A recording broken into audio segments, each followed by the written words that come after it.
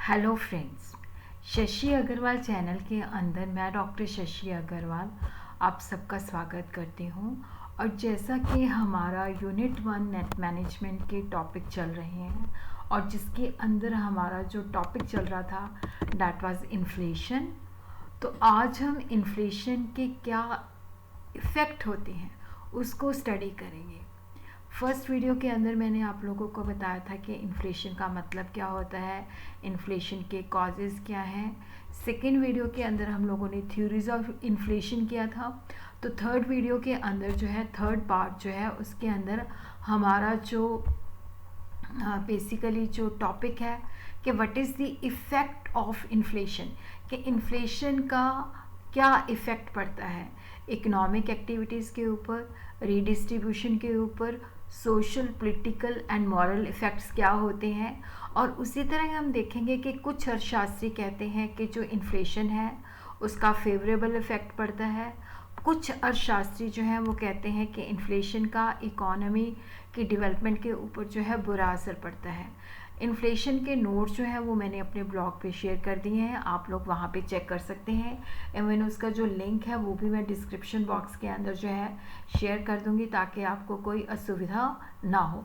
अगर आपको मेरा ये एफर्ट जो है सही लगता है तो do like my video, share कीजिए और मेरे चैनल शशि अग्रवाल को सब्सक्राइब कीजिए। तो सबसे पहले हम देखते हैं कि जो इन्फ्लेशन है, जैसा मैंने प्रीवियस वीडियो के अंदर भी बताया था कि persistent rise in price level, जिसको हम इन्फ्लेशन कहते हैं। अब इन्फ्लेशन का इकोनॉमिक एक्टिविटी के ऊपर क्या इफ़ेक्ट पड़ता है। देखो, केन्स का ये मानना है कि अगर प्राइसेस के अंदर जो इंक्रीज़ हो रहा है मॉडरेट लेवल का हो रहा है तो वो इकोनॉमिक एक्टिविटीज़ के लिए बहुत ही ज़्यादा बेनिफिशियल होता है। अगर ये सिचुएशन बिफोर फुल एम्प्लॉयमेंट है, अगर फुल एम्प्लॉयमेंट से पहले अगर इन्फ्लेशन होती है तो लोगों के अंदर जो है एक ऑप्टिमिस्टिक एक्सपेक्टेशन बनती है कि अब जो है प्रॉफिट्स भी बढ़ेंगे, प्रोडक्शन भी बढ़ेगा, एम्प्लॉयमेंट भी बढ़ेगी। तो यहाँ पे जो राइजिंग प्रॉफिट है, क्योंकि जैसे जैसे डिमांड बढ़ती है तो प्रोडक्शन भी बढ़ती है, प्रोडक्शन बढ़ती है तो लोगों की जो है प्रॉफिट्स भी बढ़ते हैं और जिसके बेसिस पे वो नई निवेश की एक्टिविटीज़ करते हैं। तो इनकम, आउटपुट और एम्प्लॉयमेंट जो है एक्सपैंड करती है। लेकिन जब फुल एम्प्लॉयमेंट लेवल जो है पहुंच जाता है तो उसके बाद क्या होता है कि प्रोडक्शन इंक्रीज़ नहीं होती, आउटपुट भी इंक्रीज़ नहीं होता और एम्प्लॉयमेंट भी जनरेट नहीं होती। तो वहाँ पे इन्फ्लेशन जो होती है वो एडवर्स रूप जो है धारण कर लेती है, उसका बेनिफिशियल इफ़ेक्ट जो होता है वो ख़त्म हो जाता है और वहाँ पे इन्फ्लेशन के जो बैड इफ़ेक्ट्स होते हैं, जो एडवर्स इफ़ेक्ट होते हैं वो शुरू हो जाते हैं। फुल एम्प्लॉयमेंट वो एक सिचुएशन होती है जहाँ पे जो प्रिवेलेंट वेज रेट है और जो लोग एबल हैं, काम करना चाहते हैं, उनको काम मिलता है।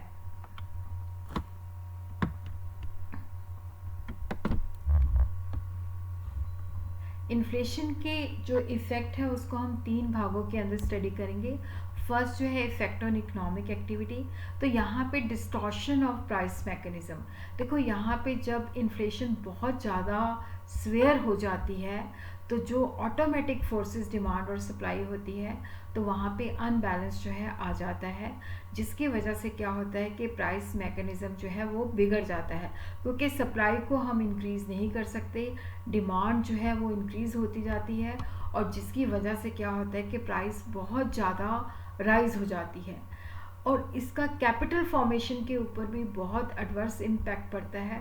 देखो, जो इन्फ्लेशन है, इन्फ्लेशन का मतलब क्या होता है, जिसके अंदर डिमांड बहुत ज़्यादा होती है और सप्लाई उतनी नहीं होती, जिसकी वजह से कीमतें बढ़ जाती हैं।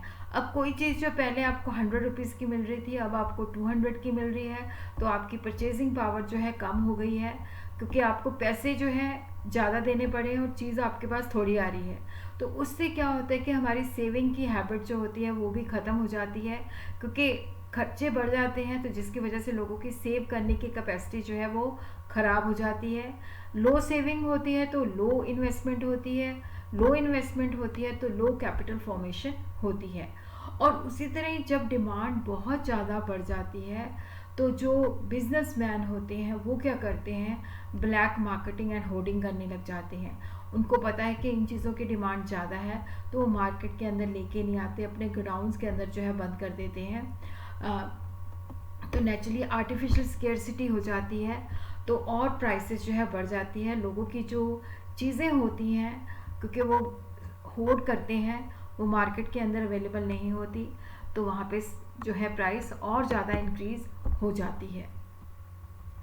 Effect the quality of the goods. देखो, इन्फ्लेशन के अंदर डिमांड बहुत ज़्यादा होती है और जो सप्लाई होती है वो कम होती है, और जिसके अंदर क्या होता है कि जब डिमांड ज़्यादा होती है तो लोग, जो प्रोड्यूसर्स हैं, वो क्वालिटी के ऊपर इम्पैक्ट नहीं होते हैं। उनको होता है जो चीज़ हम बाज़ार में लेके जाएंगे वो सेल हो जाएगी, तो क्वालिटी जो है डिटीरियोरेट होती जाती है। और उसी तरह क्या है कि देखो, यहाँ पे जो इकोनॉमी के अंदर जो इन्वेस्टमेंट का पैटर्न है वो भी ख़राब हो जाता है। लोग जो है वहाँ पे निवेश करना पसंद करते हैं जहाँ पे उनको क्विक मुनाफा मिलता है। स्पेकुलेटिव एक्टिविटीज़ के अंदर वो निवेश ज़्यादा करते हैं, और या उन इंडस्ट्रीज़ के अंदर वो निवेश ज़्यादा करते हैं जहाँ पे शॉर्ट रन के अंदर they could earn more money, तो रिसोर्सेज की मिस एलोकेशन हो जाती है। और इकोनॉमी के अंदर भी जो है फ्लेक्सिबिलिटी, क्योंकि सब कुछ जो है देखो डिमांड के द्वारा डिटर्मिन होता है, सप्लाई को हम इंक्रीज़ नहीं कर सकते, तो यहाँ पे जो लेबर होती है वो भी मोबाइल जो है रिड्यूस द चांसेस, क्योंकि वहाँ पे इन्फ्लेशन है दूसरी सिटीज़ के अंदर, तो वहाँ पे गुजारा नहीं हो सकता, तो वहाँ पे वो लोग जो है शिफ्ट नहीं होते। और इकोनॉमिक सिस्टम के अंदर भी जो फ्लेक्सिबिलिटी होती है वो भी ख़त्म हो जाती है। और अगर बहुत ज़्यादा इन्फ्लेशन, अगर वो हाइपर इन्फ्लेशन का रूप कर लेती है, तो हमारी जो मनी की वैल्यू है वो भी डेप्रिसिएट होने लग जाती है। वैल्यू का मतलब कि जैसे पहले 100 रुपीज़ में 10 चीज़ें आती थी, अब वही 100 रुपीज़ के अंदर 5 चीज़ें आती हैं, तो उसकी परचेजिंग पावर जो है ख़त्म होनी शुरू हो जाती है।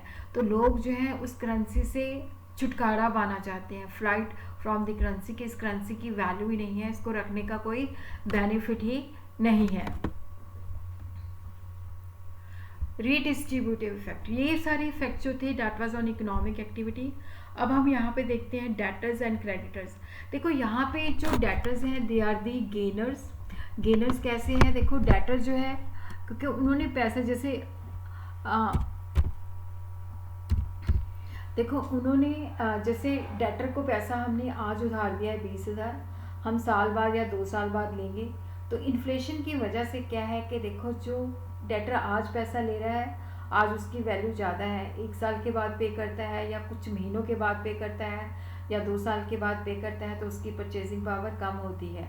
तो जो क्रेडिटर है उसको लॉस होता है, क्योंकि उसको पैसा जो मिलता है उसकी परचेजिंग पावर पहले से कम हो चुकी होती है।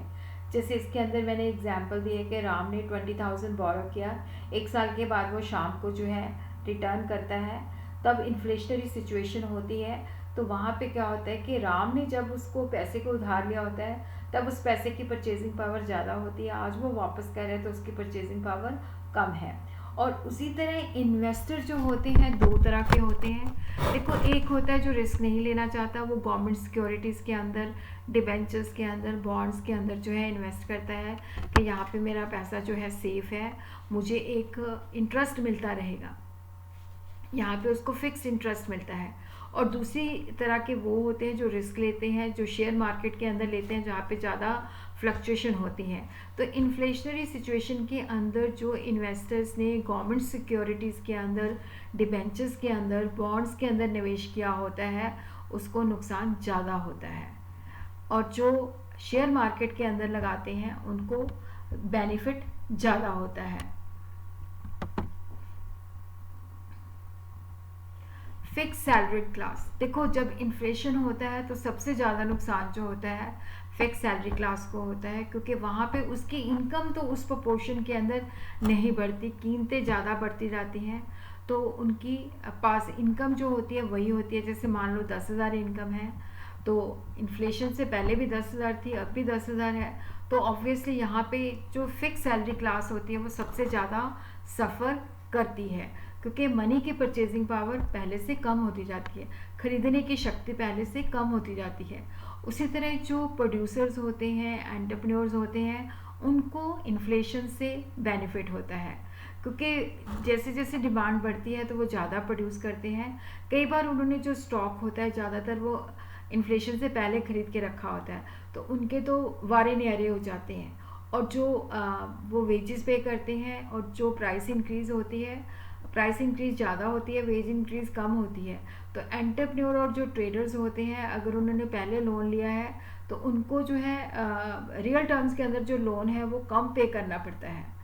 मिडिल क्लास जो है वो भी इन्फ्लेशन से बहुत बैडली इम्पैक्ट करती है, क्योंकि ये मिडिल क्लास जो है, इनकी सैलरी, इनका जो इनकम होता है वो फिक्स होता है, वो उस प्रोपोर्शन के अंदर इंक्रीज़ नहीं होता, लेकिन इनको अपना स्टैंडर्ड ऑफ लिविंग जो है मेंटेन करना पड़ता है। तो जिसकी वजह से क्या होता है कि इनको सबसे ज़्यादा जो है नुकसान जो है मिडिल क्लास को होता है। और उसी तरह जो एग्रीकल्चरिस्ट हैं उनके ऊपर भी इसका अच्छा इम्पैक्ट पड़ता है, क्योंकि वो प्रोड्यूसर ग्रुप को बिलोंग करते हैं। एग्रीकल्चरल जो प्रोडक्ट्स होते हैं उनकी प्राइस भी इंक्रीज़ होती है, जिसकी वजह से उनको भी मुनाफा होता है। बैलेंस ऑफ पेमेंट के ऊपर जो है अनफेवरेबल इफ़ेक्ट होता है, क्योंकि जब इन्फ्लेशन होती है तो इंपोर्ट सस्ती हो जाती हैं और एक्सपोर्ट एक्सपेंसिव हो जाती हैं, तो जिसकी वजह से क्या है कि हमारा बैलेंस ऑफ पेमेंट जो है बिगड़ जाता है। और उसी तरह हम देखते हैं कि जो गवर्नमेंट प्रोजेक्ट्स होते हैं, अगर वो कंप्लीट नहीं हुए और प्राइस राइज कर गया है, तो वहाँ पे क्या होता है कि वो भी बहुत बैडली इम्पैक्ट करते हैं। तो सरकार जो है लोगों से लोन लेती है, तो लोन की जो है मात्रा बढ़ती जाती है। और उसी तरह बैंक्स और इंश्योरेंस कंपनी के ऊपर क्या इम्पैक्ट होता है। अब देखो, जो बेसिकली जो ट्रेडर्स होते हैं, उद्योगपति होते हैं, एग्रीकल्चरिस्ट होते हैं, क्योंकि इन्फ्लेशन की वजह से इनकी मुनाफा बढ़ता है तो इनकम भी बढ़ती है, तो वो बैंक्स के अंदर ज़्यादा फंड्स रखते हैं और बैंकिंग इंस्टीट्यूशन की डेवलपमेंट होती है, नई इंडस्ट्रीज़ लगती है, तो वहाँ पे इंश्योरेंस करवाने की भी जो अपॉर्चुनिटीज़ हैं वो इंश्योरेंस कंपनी के लिए इंक्रीज़ होती है। तो बैंक्स और इंश्योरेंस के ऊपर जो है इसका अच्छा इम्पैक्ट पड़ता है। अब देखो इफ़ेक्ट ऑन टैक्सेस। तो जब प्राइसेस राइज कर रही होती हैं तो गवर्नमेंट का जो है एक्सपेंडिचर भी इंक्रीज़ हो जाता है, क्योंकि गवर्नमेंट को लोगों के वेलफेयर के लिए खर्चा करना पड़ता है, तो गवर्नमेंट जो है ज़्यादा टैक्स लगाती है। और उसी तरह ही कंट्रोल एंड राशनिंग। तो यहाँ पे हम देखते हैं कि जो जब इन्फ्लेशन होती है तो जो पुअर पीपल होते हैं वो जो एसेंशियल चीज़ें होती हैं वो परचेज़ नहीं कर पाते, तो गवर्नमेंट जो है प्राइस कंट्रोल लगाती है, राशनिंग सिस्टम जो है इंट्रोड्यूस करती है, फेयर प्राइसेस शॉप्स खोलती है, ताकि गरीबों को जो है एसेंशियल कमोडिटी जो है वो रीजनल प्राइस के ऊपर मिल सके। उसी तरह हम देखते हैं कि इसका जो है मोरल इफ़ेक्ट क्या है, मॉरल इफ़ेक्ट क्या पड़ता है। देखो यहाँ पे जो इन्फ्लेशन है, लोगों का जो दीन अमान है वो बिगड़ता जाता है। लोगों को होता है कि हमने हर चीज़ के अंदर पैसा कमाना है, तो यहाँ पे जो ट्रेडिंग कम्युनिटी होती है वो एंटी सोशल एक्टिविटीज़ के अंदर भी इन्वॉल्व हो जाती है। जैसे उनको होता है हमने प्रॉफिट कमाना है, आर्टिफिशियल स्केर्सिटी करनी है, होर्डिंग करनी है, अडल्ट्रेशन, मिलावटी चीज़ें भी देने लग जाती हैं, क्वालिटी भी डिटेरियोरेट कर देती है। तो इन्फ्लेशन के अंदर जो है गवर्नमेंट ऑफिशियल भी करप्ट हो जाते हैं और ब्रैबरी भी बहुत ज़्यादा चलती है। तो यहाँ पे हम देखते हैं कि मॉरल वैल्यू जो होती हैं लोगों की वो सफ़र करती हैं, क्योंकि इन्फ्लेशन के अंदर जो है लोगों का होता है कि हमने ज़्यादा से ज़्यादा प्रॉफिट कमाना है। Social and political effect. देखो यहाँ पे ये भी बहुत ज़्यादा डेंजरस है, क्योंकि अगर इन्फ्लेशन जो है बहुत स्वेयर है तो सोशल और पॉलिटिकल इफ़ेक्ट भी होते हैं। लोगों के अंदर जो है इनइक्वालिटीज़ ऑफ इनकम इंक्रीज़ हो जाती हैं, और यहाँ पे जो पहले सिस्टम जो होता है पीसफुल होता है, अब ये ख़राब हो जाता है, इंडस्ट्रियल डिस्प्यूट्स बढ़ जाते हैं और राइजिंग प्राइस होती है, तो जिसकी वजह से लोगों के बीच में गुस्सा उत्पन्न हो जाता है, और जो लोअर और मिडिल क्लास है वो ज़्यादा सफ़र करती हैं, वो एजिटेशन के ऊपर आ जाते हैं, स्ट्राइक्स करते हैं, तोड़ फोड़ करते हैं, तो वायलेंट रूप के अंदर भी चला जाता है। और इकोनॉमी के अंदर दो तरह की क्लासेस जो है बिल्ड हो जाती हैं, जो पैसे वाले हैं और जो पैसे वाले नहीं हैं। और उसी तरह ही हम देखते हैं कि इन्फ्लेशन एंड इकोनॉमिक डेवलपमेंट। तो यहाँ पे हम देखते हैं कि इन्फ्लेशन और इकोनॉमिक डेवलपमेंट के अंदर कोई आपस में कोई रिलेशन है। कुछ अर्थशास्त्रियों का ये मानना है कि जो इन्फ्लेशन है वो आर्थिक विकास को बढ़ावा देती है, बट कुछ अर्थशास्त्री कहते हैं कि ये इन्फ्लेशन जो है इकोनॉमिक डेवलपमेंट के लिए सही नहीं है। तो जैसे Rosto, Robertson, Morris, डॉब, Keynes and कार्डर, इनका ये मानना है कि जो इन्फ्लेशन है इसका फेवरेबल इफ़ेक्ट होता है। आर्थर लॉइस कहते हैं कि इन्फ्लेशन जब हम विकास करते हैं तो उसका जो बाय प्रोडक्ट है डैट इज़ द इन्फ्लेशन। तो इन्फ्लेशन की वजह से इन्वेस्टमेंट बढ़ती है, जिसकी वजह से क्या होता है, प्रोडक्शन बढ़ती है, लोगों की इनकम इंक्रीज़ होती है, कैपिटल फॉर्मेशन होती है। तो वो कहते हैं कि जो जो इन्फ्लेशन है उसका अच्छा इम्पैक्ट पड़ता है। तो पहले हम स्टडी करेंगे कि इन्फ्लेशन एंड इकोनॉमिक डेवलपमेंट के ऊपर फेवरेबल इफेक्ट क्या पड़ता है। फर्स्ट जो है that is the increase in production. देखो यहाँ पे एक देश के अंदर जो है एक आशावादी एटमॉस्फेयर जो है क्रिएट हो जाता है, तो लोगों को जो है काफ़ी जो है मोटिवेशन मिलती है, क्योंकि हर चीज़ के अंदर जो है प्रॉफिट होता है। मार्जिनल एफिशिएंसी ऑफ कैपिटल, जो कि एक्सपेक्टेड प्रॉफिटेबिलिटी भी ज़्यादा होती है, तो ज़्यादा निवेश करते हैं। ज़्यादा निवेश करने से क्या होता है कि ज़्यादा रोज़गार मिलता है, इनकम मिलती है, और जिसकी वजह से ज़्यादा डिमांड क्रिएट होती है। रीडिस्ट्रीब्यूशन ऑफ इनकम के अंदर जो है, देखो यहाँ पे जिन लोगों के पास कैपेसिटी होती है सेव करने की, इनकम उनके पास ज़्यादा जाती है। जैसे ट्रेडर है, इंडस्ट्रियलिस्ट है, एग्रीकल्चरिस्ट है, तो नेचुरली इनकी जो है इनकम भी इंक्रीज़ होती है, तो ये ज़्यादा they have the capacity to save. दूसरी तरफ वो लोग होते हैं जिसके ऊपर इन्फ्लेशन का बैड इम्पैक्ट होता है, तो वहाँ पे क्या होता है कि उनकी जो सेविंग है वो कम होती है। और उसी तरह सोर्स ऑफ कैपिटल फॉर्मेशन, तो यहाँ पे इन्फ्लेशन जो है देश के अंदर फोर्स सेविंग जो है पैदा करती है। अब देखो, जैसे मैं आपको इस सिंपल एग्जांपल से बताती हूँ कि जैसे आजकल प्याज के जो दाम है बहुत ज़्यादा बढ़ गए हैं, 80 रुपीज़ भी चला गया है। तो पहले प्याज जो है 20 रुपये मिलता था। अब प्याज जब इतना महंगा हो जाता है तो लोग जैसे पहले जो है प्याज वीक के अंदर 5 किलो 10 किलो खरीद लिए, अब जो है वो वीक के अंदर 1 किलो ही लाते हैं, तो उसको भी सोच समझ के खर्च करते हैं। तो इसी तरह ये एक छोटी सी एग्जांपल है। तो यहाँ पे भी क्या है कि जब इन्फ्लेशन होती है तो फोर्स सेविंग होती है, क्योंकि बहुत सारे लोग होते हैं जो चीज़ों को अफोर्ड नहीं कर पाते, तो रियल टर्म्स के अंदर कंजम्पशन जो है चली जाती है, और रियल टर्म्स के अंदर जो सेविंग है वो इंक्रीज हो जाती है,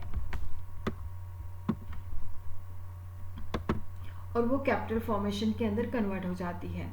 सेल्फ लिक्विडिटी, यहाँ पे जो प्रोफेसर आर्थर लीज हैं वो कहते हैं कि जो इकोनॉमिक डेवलपमेंट है, जब हम इसकी फिनेंसिंग करते हैं तो इकोनॉमिक डेवलपमेंट से इनकम जनरेट होती है जो अपने आप अपना लोन चुकाती है।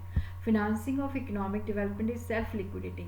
तो फिनेंशियल सोर्सेज यूज़ किए जाते हैं जिससे क्या होता है कि मनी सप्लाई बढ़ती है, प्रोडक्शन कैपेसिटी बढ़ती है, नेशनल इनकम जनरेट होती है, जो अपना खुद का लोन जो है वो खुद ही उतार देती है। और उसी तरह क्या है कि जो प्रोडक्टिव रिसोर्सेज होते हैं, अविकसित देशों के अंदर वो पैसिव होते हैं, क्योंकि वहाँ पे बैंकिंग फैसिलिटीज़ नहीं होती। पर जब आर्थिक विकास होता है तो वहाँ पे क्या होता है कि वो चीज़ें प्रोडक्टिव एक्टिविटी के अंदर यूज़ होती हैं, तो इकोनॉमिक डेवलपमेंट जो है वो इंक्रीज हो जाता है। अब हम देखते हैं कि कौन से अर्थशास्त्री जो है, सिंगर है, हाँ हार्परलर है, उसी तरह क्या है, शिनोय है, जो कहते हैं कि जो इन्फ्लेशन है इसका इकोनॉमी के ऊपर जो है बहुत ही बुरा असर पड़ता है। तो यहाँ पे जब इन्फ्लेशन होती है तो अनसर्टेनिटी जो है इकोनॉमी के अंदर पैदा हो जाती है, क्योंकि इन्फ्लेशन की वजह से कॉस्ट ऑफ प्रोडक्शन बहुत ज़्यादा बढ़ जाती है। लेबर का प्रेशर होता है कि हमें हायर वेजेस दी जाए, तो एम्प्लॉयर और एम्प्लॉय के बीच में झगड़े बढ़ जाते हैं, जिसकी वजह से इंडस्ट्रियल पीस जो है ख़राब हो जाती है, इंडस्ट्रियल डिस्प्यूट होती है, और डिमांड बहुत ज़्यादा फ्लक्चुएट करती है, और जिसकी वजह से प्राइस के अंदर भी फ्लक्चुएशन आ जाती है। तो अर्थव्यवस्था के अंदर कोई भी चीज़ जो है निश्चित नहीं रहती। और उसी तरह दूसरा जो इम्पैक्ट पड़ता है सेविंग के ऊपर है। अब देखो, इन्फ्लेशन के अंदर क्या होता है कि लगातार कीमतें बढ़ रही हैं, तो आपका खर्चा बढ़ रहा है, तो आपकी सेव करने की कैपेसिटी जो है कम हो जाती है, क्योंकि लोगों को, क्योंकि जब पैसा ही नहीं बचेगा तो सेव क्या करेंगे। और उसी तरह जो इन्फ्लेशन है ये अनजस्टिफाइड है, क्योंकि यहाँ पे पैसे वाला और अमीर हो जाता है और पुअर और गरीब हो जाता है, क्योंकि जो पैसे वाला है वही सेव करेगा, वही निवेश करेगा, वही पैसा कमाएगा। गरीब बंदा जो है उसके पास पैसा कम है, तो वो सारा का सारा इन्फ्लेशन की वजह से क्या होता है, वो खर्च हो जाता है, वो सेव नहीं कर पाता। और उसी तरह क्या होता है कि इन्फ्लेशन की वजह से जब करप्शन बढ़ती है, लोगों के मुनाफे बढ़ते हैं, तो वो लग्जरी चीज़ों के ऊपर ज़्यादा चीज़ों की डिमांड करते हैं, स्पेकुलेटिव एक्टिविटीज़ के अंदर भी ज़्यादा इन्वॉल्व हो जाते हैं। तो यहाँ पे जो रिसोर्सेज होते हैं उसकी मिस यूटिलाइजेशन होने लग जाती है। और बैलेंस ऑफ पेमेंट के अंदर भी क्या होता है कि डिसइक्विलिब्रियम आ जाता है, क्योंकि इन्फ्लेशन की वजह से क्या होता है कि लोग इंपोर्ट करते हैं और एक्सपोर्ट की महंगा हो जाता है, तो एक्सपोर्ट डिस्करेज हो जाता है और हमें फॉरेन एक्सचेंज के अंदर ज़्यादा पे करना पड़ता है, तो बैलेंस ऑफ पेमेंट जो है ख़राब हो जाता है। और उसी तरह क्या होता है कि इन्फ्लेशन जो है, क्योंकि एक बार अगर इन्फ्लेशन होनी शुरू हो जाती है तो इसको हम कंट्रोल नहीं कर सकते, तो ये गैल्पिंग इन्फ्लेशन के अंदर जो है चली जाती है, जहाँ पे ये आउट ऑफ द गियर हो जाती है। तो यहाँ पे हम कह सकते हैं कि बहुत डिफ़िकल्ट है कि इन्फ्लेशन और इकोनॉमिक डेवलपमेंट के अंदर क्या पॉजिटिव है या बैड इम्पैक्ट है, क्योंकि हिस्टोरिकल के अंदर भी अगर हम देखते हैं तो डेवलपमेंट और इन्फ्लेशन का कोई आपस में रिलेशन नहीं है। But professor Johnson, Milton Friedman, Nurkse का व्यू है कि अगर फुल एम्प्लॉयमेंट से पहले जो माइल्ड इन्फ्लेशन होती है तो वो इकोनॉमिक ग्रोथ के लिए जस्टिफाइड होती है। इसके साथ ही क्या है कि जो हमारा इफ़ेक्ट का टॉपिक है वो ख़त्म हो गया है। उसके बाद हम जो है नेक्स्ट जो हमारा छोटा सा टॉपिक इन्फ्लेशन के अंदर रह गया है, जो हम कल करेंगे, जिसके अंदर हम देखेंगे कि what are the various measures to control the inflation, को हम किस तरह से कंट्रोल कर सकते हैं, किस तरह से इसको नियंत्रण में हम रख सकते हैं।